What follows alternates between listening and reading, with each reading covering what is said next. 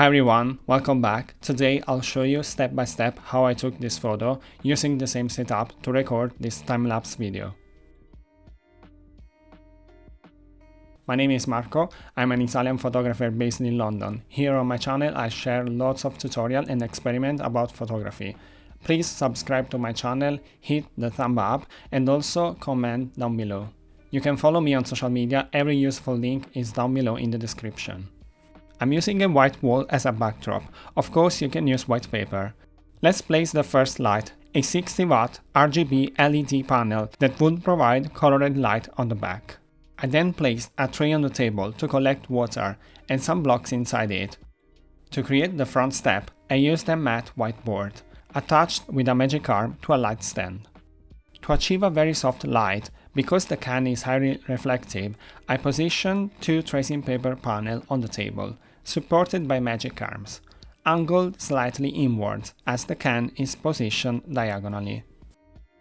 Now comes the main light, a Godox UL150 COB LED light with a 20-degree honeycomb grid inside the reflector to project a circle on the tracing paper.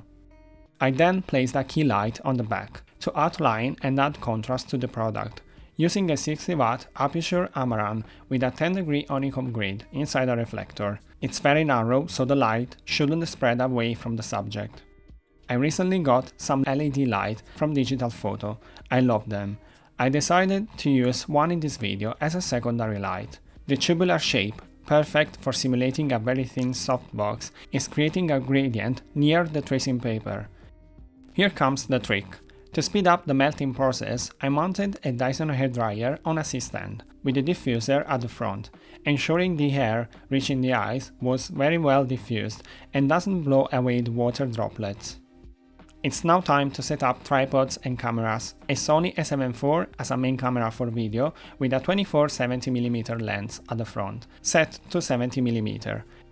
I was framing and adjusting the light exposure using a different object.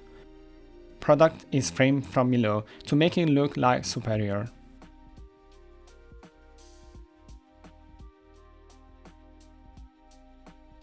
Because I also wanted to capture a photo, I grabbed my Sony a6400 with a 50mm 1.4 Samyang lens at the front. It was very close to the other camera, just slightly above. This way I could take photos remotely using Capture One. Everything is ready to start. Here comes the ice block, which I smoothed with a knife. I placed it in the middle of the frame, checked the cameras and then turned on the hairdryer with medium air and maximum heat settings. It took more than an hour and a half to melt the ice until the middle of the can. At some point I stopped the video and I sprayed some water on the can, so I took the final photo. In that way it was looking much nicer. It was very funny to create this setup and also you can see the result is amazing. I can't wait to retouch the photo and get the final image. But you probably saw it at the beginning of the video. So please everyone, support me subscribing to my channel for more tutorial. I'll see you in the next video. Meanwhile, keep creating and also follow me on social media where you can reach me and also ask for anything. I'll see you in the next video. Ciao!